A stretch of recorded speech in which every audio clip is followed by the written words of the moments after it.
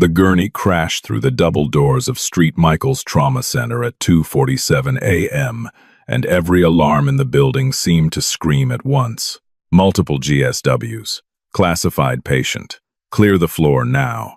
Dr. Harrison Wells, chief of trauma surgery, shoved past nurses and residents alike, his voice booming commands. But when his eyes landed on the pale young woman standing at Station 4, the one everyone called the quiet one, his face twisted with contempt. Someone get that rookie out of my OR. This isn't a training exercise. 28-year-old Lily Chen didn't move. Her hands were steady. Her breathing was calm. And somewhere in the chaos, a familiar voice cut through one she hadn't heard in 4 years. "Sparrow. Is that you?" The man on the gurney, bleeding from 3 bullet wounds, was Navy SEAL Commander Marcus Reed, and he knew exactly who she was. The morning sun was just beginning to paint San Diego's skyline gold when Lily Chen unlocked her apartment door, kicked off her worn sneakers, and collapsed onto the second-hand couch that still smelled faintly of the previous owner's cat. 12 hours. 12 hours of running specimens, restocking supply carts, and being talked past like she was part of the furniture. Her scrubs, the pale blue ones that marked her as the newest member of St. Michael's Medical Center, were wrinkled and spotted with coffee from when Dr. Wells had bumped into her without so much as a grunt of acknowledgement. She'd been at St. Michael's for 3 months now.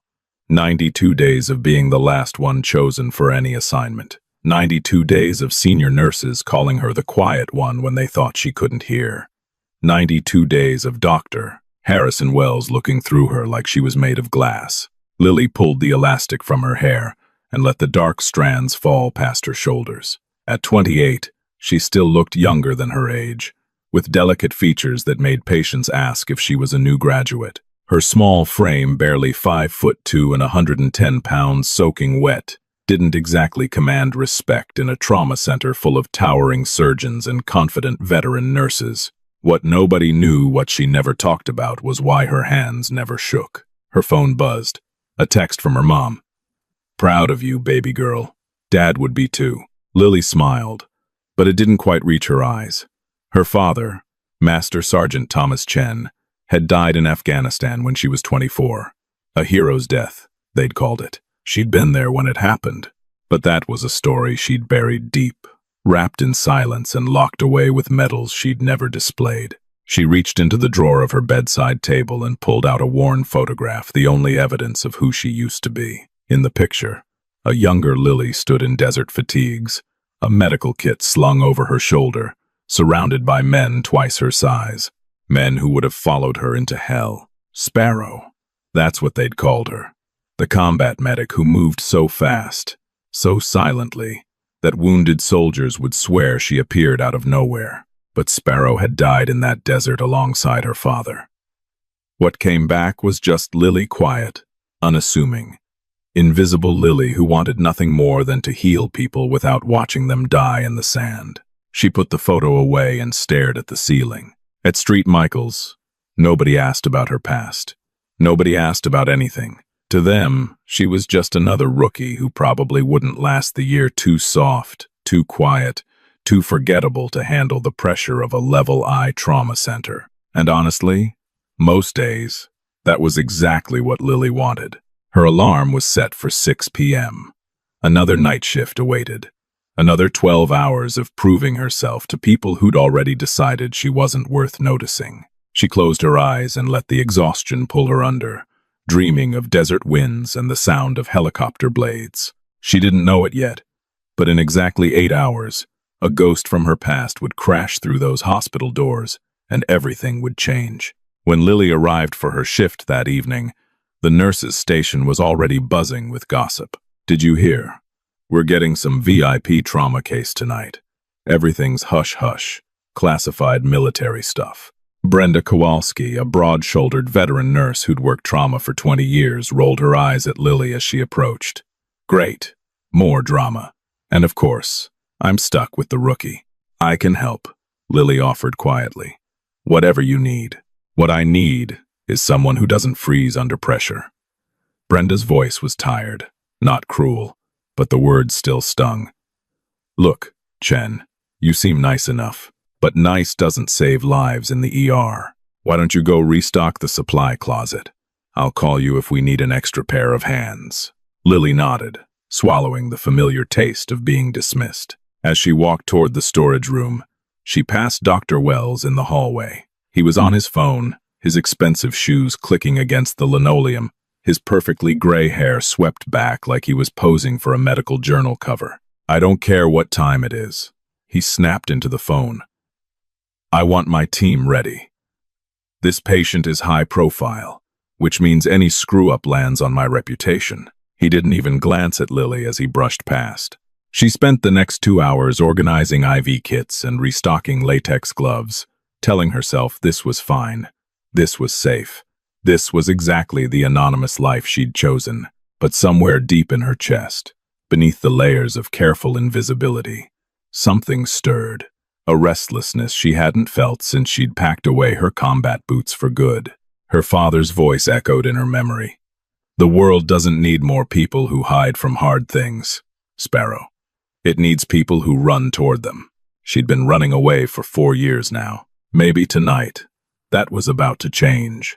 The call came at 2:41 a.m. Lily heard the code trauma announcement over the intercom and felt the energy in the building shift. Suddenly, the quiet night transformed into controlled chaos, nurses sprinting, residents scrambling for positions, equipment being wheeled into the main trauma bay. She emerged from the supply closet just as the ambulance sirens wailed outside. "Chen!" Brenda's voice cut through the noise. "Get over here. We need hands." Lily ran. The double doors burst open, and time seemed to slow. 2 military personnel in tactical gear flanked a gurney where a man lay muscular, mid-40s, his chest armor cut away to reveal 3 distinct bullet wounds. His face was pale, but his jaw was clenched, fighting unconsciousness with the stubborn will of someone who'd faced death before and refused to yield. "Commander Marcus Reed," one of the soldiers announced. "Navy SEAL. Classified operation. 3 gunshot wounds, 2 through and through to the left shoulder, 1 lodged near the right lung. He's lost a lot of blood." Dr. Wells materialized, his white coat pristine, his expression carved from stone. "Get him into Trauma 1. I want every unnecessary body out of my OR. This is my patient now." The gurney rushed past Lily, and for a single, frozen moment, Marcus Reed's eyes, gray as steel, and just as sharp, locked onto hers. Recognition flickered. No, Lily thought. It can't be. But before she could process what she'd seen, Dr. Wells was barking orders. "Someone, get that rookie out of here. I don't need dead weight. I can help," Lily heard herself say. "I have experience with." "Experience?" Dr. Wells spun, his face red. "You've been here 3 months. You don't have experience. You have liability."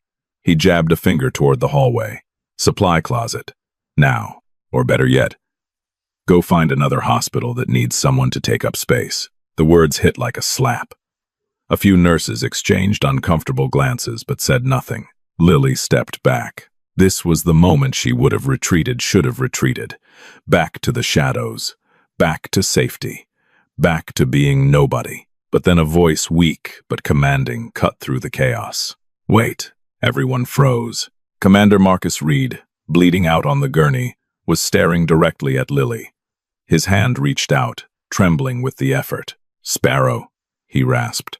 "Is that you?" The room went silent. Lily's heart stopped. Dr. Wells looked between the bleeding SEAL commander and the tiny rookie nurse with undisguised confusion. "What the hell did you just call her?" Marcus Reed's laugh was wet, pained, but unmistakably genuine. "If that's Lily Chen, she's the best damn combat medic I've ever seen. She saved 17 of my men in Kandahar with nothing but a knife, duct tape, and guts most surgeons would kill for." Every eye in the room turned to Lily. She felt their stares like physical weight, the nurses who'd ignored her, the residents who'd dismissed her, Dr. Wells, whose face had gone pale with something that looked almost like fear. "That's impossible," Brenda breathed. She's Sparrow." Marcus Reed's voice was fading, but his grip on consciousness remained fierce. "Silver Star, Purple Heart, 3 tours, And if you people have any sense at all, you'll let her in that operating room." His eyes found Lily's one more time. "I trusted you with my life once, kid. I'm doing it again." Then his eyes closed, and the monitors began to scream. Dr. Wells stood frozen for a precious second, a second that could cost a man his life. And Lily Chen, the quiet one, the invisible one, the nobody, made a choice. She stepped forward. Absolutely not. Dr. Wells stepped directly into Lily's path, his face a mask of cold authority. Around them, the monitors shrieked their warnings. Marcus Reed was dying, and every second counted. Dr. Wells, one of the military personnel, stepped forward, his hand moving toward his sidearm. The commander specifically requested, "I don't care if the President of the United States requested it." Wells didn't flinch. "This is my hospital, my OR, my rules, and I will not have some rookie claiming credentials she can't possibly." His blood pressure's crashing. A resident's panicked voice cut through. "We're losing him." Lily's mind shifted. It was like flipping a switch. One moment she was the quiet nurse, the invisible nobody, and the next she was someone else entirely. Someone who'd operated on dying men in the back of Black Hawk helicopters. Someone who'd kept soldiers alive with nothing but pressure bandages and prayers while bullets tore the air around her. "The bullet near his lung is causing a tension pneumothorax," she said, her voice carrying an authority she hadn't used in 4 years. "If you don't decompress his chest in the next 90 seconds, it won't matter who operates on him." Dr. Wells stared at her like she'd grown a second head. "How would you even—" Entry wound angle, his breathing pattern, the asymmetric chest movement. Lily was already moving, grabbing a large bore needle from the crash cart. "I've seen this injury 6 times. 5 of those men lived because someone didn't waste time arguing about credentials." She didn't wait for permission. Before anyone could stop her, Lily had positioned herself at Marcus's side, palpated his chest with practiced fingers, and inserted the needle into the second intercostal space. The hiss of escaping air was immediate. The monitors stabilized. Just slightly, but enough. "She's right," the resident breathed, staring at the readouts. She was right. Dr. Wells's face cycled through shock, anger, and something that might have been embarrassment before settling into cold fury. Fine. She bought him time. That doesn't mean— "Doctor." One of the SEALs stepped forward, his voice quiet but carrying the unmistakable weight of threat. The commander trusted her with his life. So did every man in our unit 4 years ago. If she doesn't work on him, you don't work on him. Understood? For a long moment, nobody moved. Then Dr. Wells turned to Lily with a look that promised retribution. "You assist, nothing more. You don't touch anything I don't tell you to touch. And when this is over, we're going to have a long conversation about your employment at this hospital." Lily met his gaze without flinching. Understood. The next 3 hours were a blur of blood and steel. Lily worked in silence, anticipating needs before they were voiced, her hands moving with a precision that made the surgical residents whisper among themselves.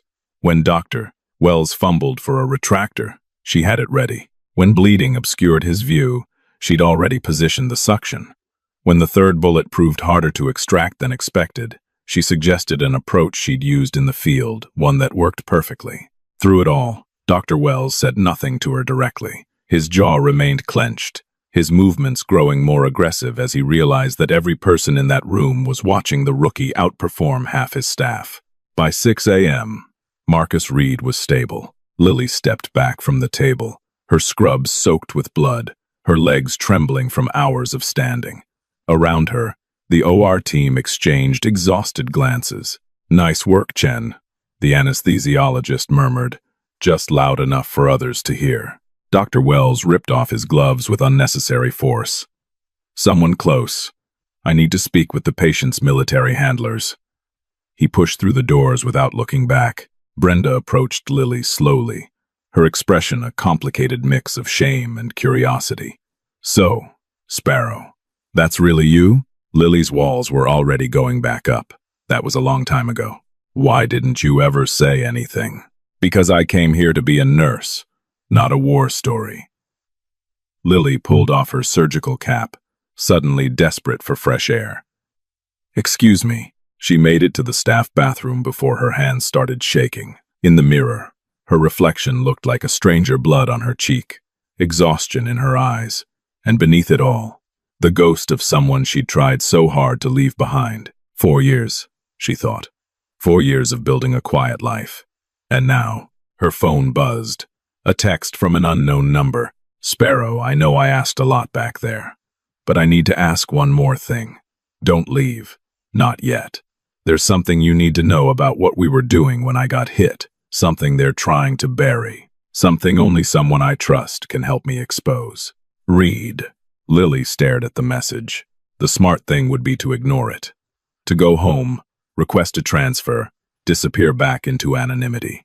But somewhere in the desert, her father's voice whispered, "The world doesn't need more people who hide from hard things." She typed 3 letters. "I'm here." Marcus Reed woke up to find Lily sitting in the chair beside his bed, still in her blood-stained scrubs, watching him with those steady, unreadable eyes he remembered from the worst night of his life. "You look terrible," she said. He laughed, or tried to. His chest felt like someone had parked a truck on it. "You should see the other guy." He paused. "Actually, you shouldn't. He's in pieces." "What happened out there, Commander?" Marcus's expression darkened. In the early morning light filtering through the hospital blinds, he looked older than his 46 years, scarred, weathered, and carrying secrets that visibly weighed on him. The mission was supposed to be simple. Intel extraction from a compound in Redacted. But someone sold us out, Sparrow. Someone high up. His hand found the morphine button but didn't press it. We walked into an ambush. Lost 3 good men. I only made it out because he stopped, his jaw tightening. Because what? Because I found evidence. Documents. Communications. Proof that someone at Naval Special Warfare Command has been leaking operation details to hostile actors for over 2 years. His gray eyes met hers. And now those documents are the only thing keeping me alive. Lily's blood ran cold. "What are you saying?" "I'm saying the people who want me dead aren't just foreign enemies. Some of them are wearing American uniforms." He reached under his pillow, wincing with the movement, and pulled out a small USB drive. "Everything's on here. Names, dates, money trails. I was going to give it to Naval Criminal Investigative Service, but after the ambush, I don't know who I can trust." "Why are you telling me this?" Marcus's expression softened. "Because 4 years ago, when everything went sideways in Kandahar, you didn't run, you didn't freeze, you stayed and fought for every single one of us. And when that IED took your father," he swallowed, "you still finished treating my men before you let yourself grieve." Lily looked away, her throat tight. "I trust 3 people in this world," Marcus continued. "My wife, my daughter, and you. Everyone else is a question mark right now." He pressed the USB drive into her palm. "If something happens to me, get this to NCIS Special Agent Torres at the San Diego field office. She's clean. I vetted her myself." Before Lily could respond, the door opened. Dr. Wells entered, followed by 2 men in dark suits who definitely weren't hospital administrators. "Commander Reed," Wells announced, his voice professionally pleasant. "These gentlemen are from Naval Intelligence. They have some questions about the events that led to your injuries." The 2 suits smiled, but their eyes were cold. Marcus's hand tightened on Lily's wrist, a silent warning. "Of course," he said smoothly. "But I wonder if we might wait until I'm a bit more lucid. The morphine, you understand." The taller suit's smile didn't waver. "I'm afraid this can't wait, Commander. National security concerns." Lily felt the USB drive burning against her palm. Without looking, she slipped it into her scrub pocket. "Nurse Chen," Dr. Wells said, his tone making it clear this was a dismissal, not a suggestion. "Don't you have other patients to attend to?" The smart thing would be to leave. To walk out, go home, pretend this conversation never happened. Instead, Lily stood her ground. "Actually, Dr. Wells, Commander Reed's post-op care specifically requires continuous monitoring for the next 48 hours. Hospital policy." She met his gaze without blinking. Unless you'd like me to document that you dismissed a surgical patient's nurse against protocol? Wells's face reddened. The two suits exchanged a glance. Fine. Wells bit out. Stay, but keep your mouth shut. For the next hour, Lily watched the two naval intelligence officers ask questions that didn't quite make sense, fishing for information about what Marcus might have recovered, what evidence might exist, who else he might have told. Marcus played the drugged patient perfectly, giving vague answers and claiming memory gaps. But when the suits finally left, promising to return, his eyes found Lily's immediately. They're not naval intelligence, he said quietly. I know everyone in NI. Never seen those two before in my life. Lily's heart hammered. Then who are they? That, Marcus said, his voice grim, is what you need to find out before they find that drive. The next morning, Lily arrived at Street Michael's to find the nurse's station eerily quiet. Brenda was the first to approach her, her expression conflicted. Chen, look, about yesterday. Don't. Lily shook her head. I didn't tell anyone about my past, because I didn't want to be treated differently. I still don't. Too late for that. Brenda gestured toward the waiting area, where a small crowd had gathered men in civilian clothes who carried themselves with unmistakable military bearing. Lily's breath caught. She recognized them. Jake Morrison, who'd lost his leg to an IED 2 months after she'd saved his life. Danny Cortez, whose chest she'd cracked open in the back of a Humvee to massage his heart until the medevac arrived. Tom Blackwood, who'd carried her father's body back to base while she walked behind, numb with grief. They were all here. Her guys, her unit, Sparrow.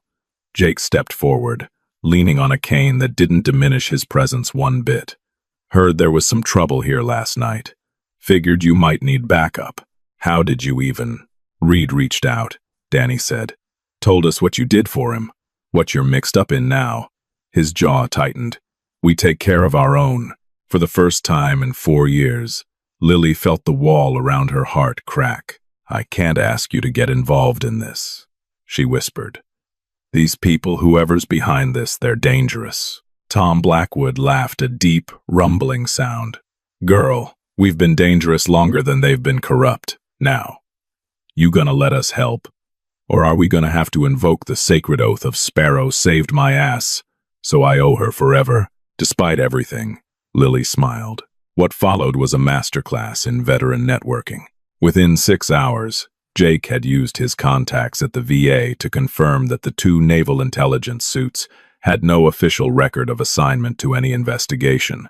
Danny, now a private security consultant, traced their vehicle to a shell company linked to defense contractor Meridian Solutions. And Tom, who'd gone into law enforcement after leaving the military, discovered that Meridian Solutions had received over $400 million in contracts from programs that Commander Reed's evidence could expose. Someone at the Pentagon is dirty, Tom said grimly as they gathered in an empty hospital conference room.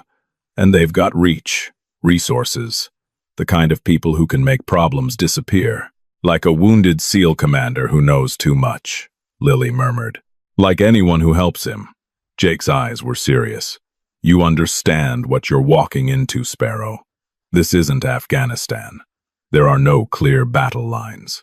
Lily thought of her father, of the 17 men she'd saved in Kandahar, of the quiet life she'd tried to build from the ashes of who she used to be. There are always battle lines, she said quietly. Sometimes they're just harder to see. Her phone buzzed.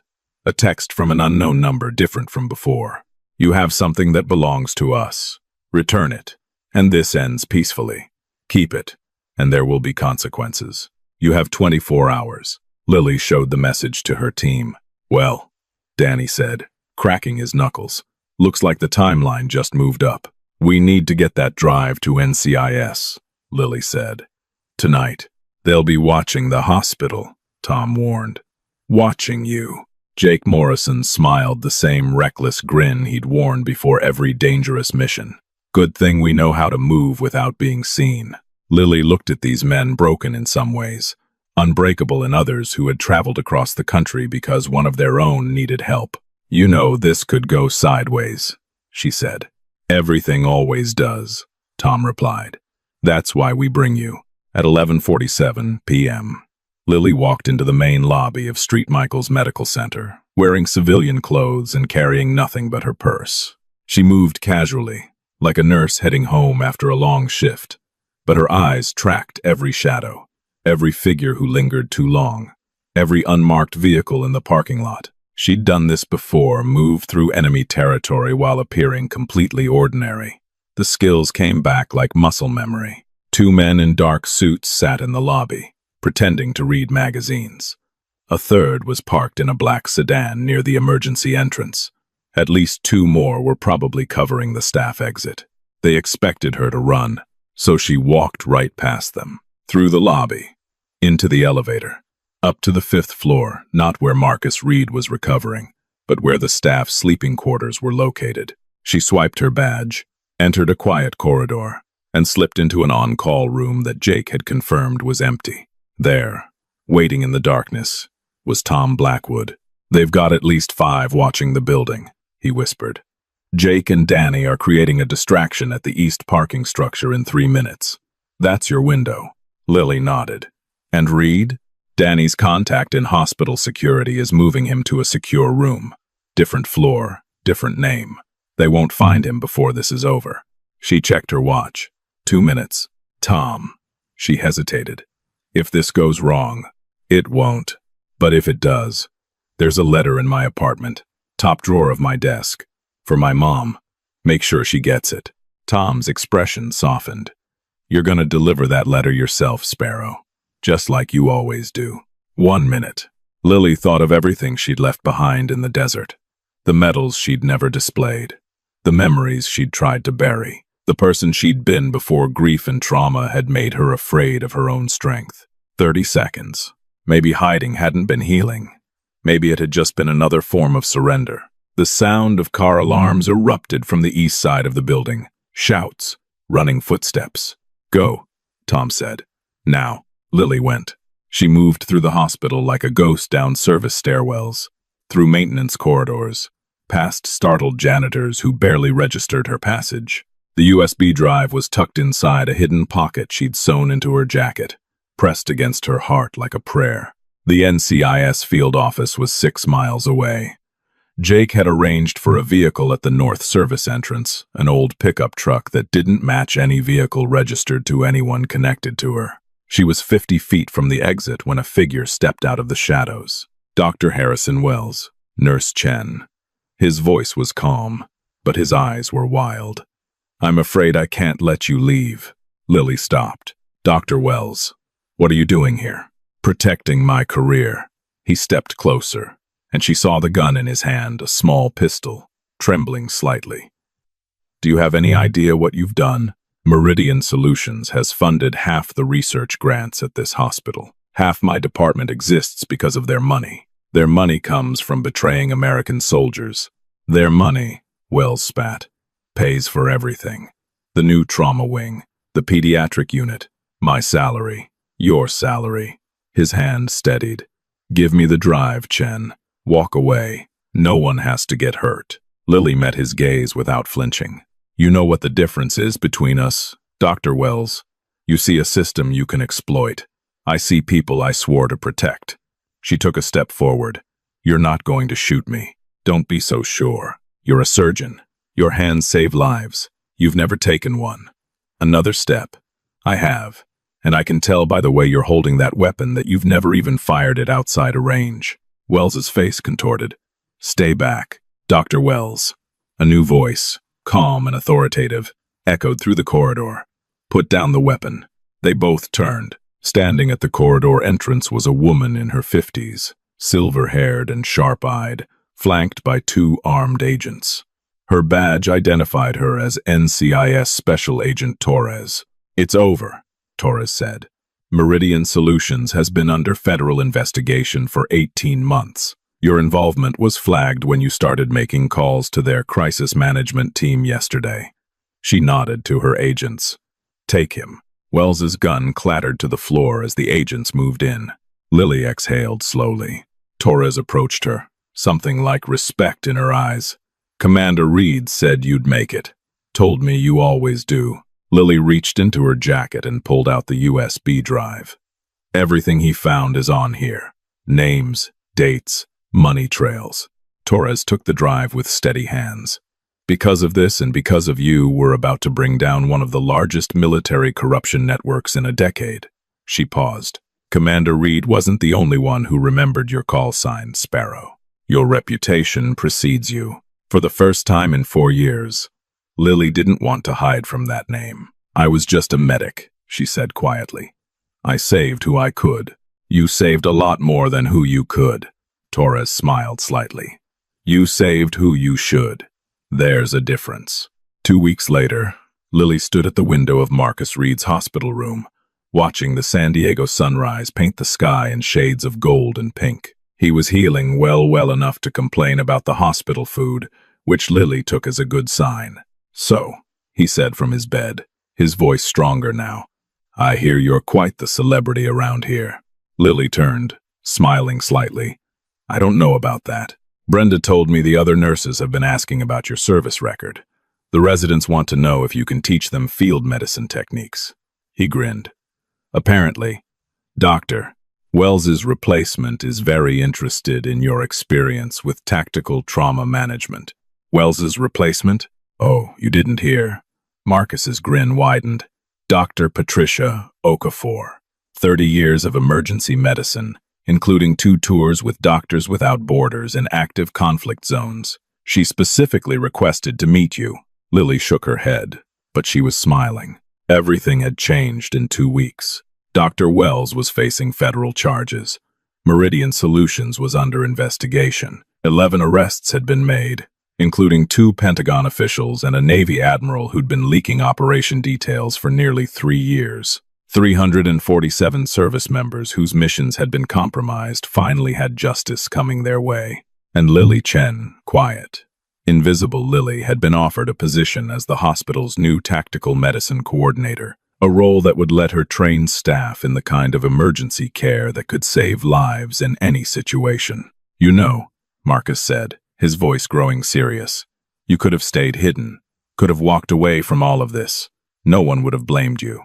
Lily thought of her father, of the photograph in her drawer, of 17 men who owed their lives to a small woman with steady hands and an unshakable will. My dad used to say the world doesn't need more people who hide from hard things, she said softly. I forgot that for a while. Tried to be invisible because being visible hurt too much. She met Marcus's eyes. But you can't heal people from the shadows. Not really. The door opened, and Jake Morrison hobbled in, followed by Danny and Tom. They carried paper bags that smelled suspiciously like burgers and fries, definitely not hospital approved. Contraband delivery, Jake announced cheerfully. Anyone want a bacon cheeseburger? Marcus laughed, a real laugh, full and warm. You beautiful idiots. They gathered around his bed, these warriors who'd found their way back to each other across years and miles, and all the wounds that never fully heal. Lily watched them, her family, in every way that mattered, and felt something she hadn't felt in 4 years. Peace. Her phone buzzed. A text from her mother. Saw the news. Your father would be so proud. I know I am. Come home soon? She typed back. Soon. Love you. Tom caught her eye across the room and raised his coffee cup in a small salute. She nodded back. Outside the window, the sun climbed higher, burning away the last shadows of night. Lily Chen wasn't invisible anymore, and for the first time since that desert sunset had taken her father and left her alone in the sand. She didn't want to be. Some birds weren't meant to stay in cages. Some sparrows were meant to fly. At 2:47 a.m. on an ordinary night, a wounded SEAL commander crashed through the doors of St. Michael's Medical Center, and everyone ignored the rookie nurse standing at Station 4. But that's the thing about people who've learned to be invisible sometimes. They're the ones with the most powerful stories. The ones who've walked through fire and chose to keep walking.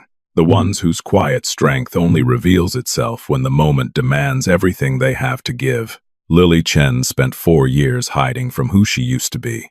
It took a ghost from her past, bleeding on a gurney, to remind her that the parts of ourselves we try to bury don't disappear. They wait, they remember, and when we finally stop running, they welcome us home. Sometimes the hardest battles aren't fought on foreign soil. They're fought in the quiet corners of our own hearts, where we decide whether to stay hidden or step into the light. What Commander Reed knew, what Lily finally remembered, is that true strength isn't about being fearless. It's about being afraid and showing up anyway. If this story reminded you that your own hidden strengths are still there, waiting for the right moment to emerge, share it with someone who needs to hear it today. And remember, the world doesn't need more people who hide from hard things. It needs more sparrows willing to fly.